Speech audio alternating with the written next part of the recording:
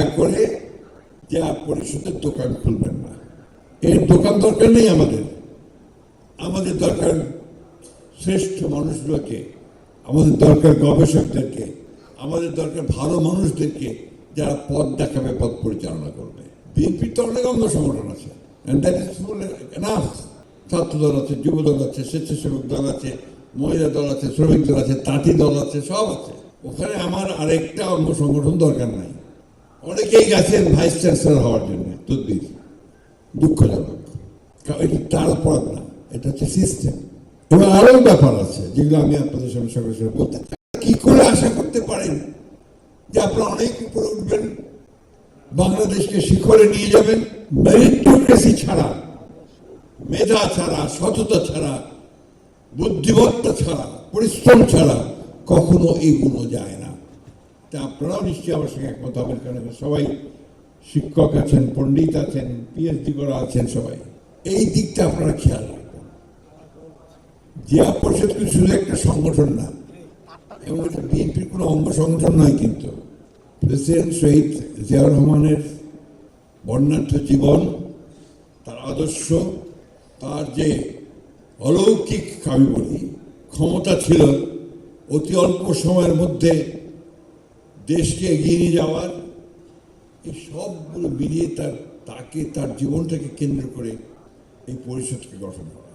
এবং এর মূল উদ্দেশ্যে বহুবার আমি বলেছি আমাদের জেলা পরিষদের ভাইদেরকে, নেতা যারা এটাকে পরিচালনা করেন, আমি তাদের নেতা হিসেবে আপনার সম্বোধন করতে চাই না।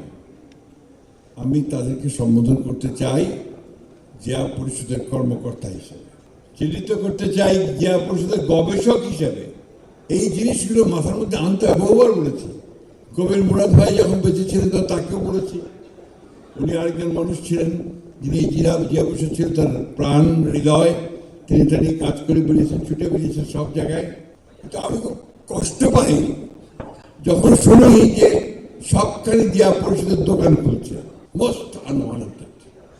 আমি বলেছি প্রেসিডেন্ট আমাদের ভারপ্রাপ্ত চেয়ারম্যান সাহেবকে এবং সম্পাদক সাহেবকে, মহাসচিবকে, দয়া করে জেলা পরিষদের দোকান খুলবেন না। এর দোকান দরকার নেই আমাদের। আমাদের দরকার শ্রেষ্ঠ মানুষগুলোকে, আমাদের দরকার গবেষকদেরকে, আমাদের দরকার ভালো মানুষদেরকে যারা পথ দেখাবে, পথ পরিচালনা করবে। বিএনপির তো অনেক অঙ্গ সংগঠন আছে, ছাত্র দল আছে, যুব দল আছে, স্বেচ্ছাসেবক দল আছে, মহিলা দল আছে, শ্রমিক দল আছে, তাঁতি দল আছে, সব আছে।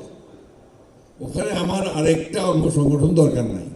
আজকাল তো এই ধরনের মানুষ বিরল হয়ে গেছে, যারা সততার সঙ্গে, নির্ভীকতার সঙ্গে সৎ কথা, সত্য কথা সরাসরি বলতে পারে।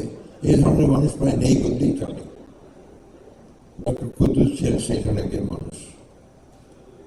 আজকে তার স্তুতি করে আমি তাকে ছোট করতে চাই না।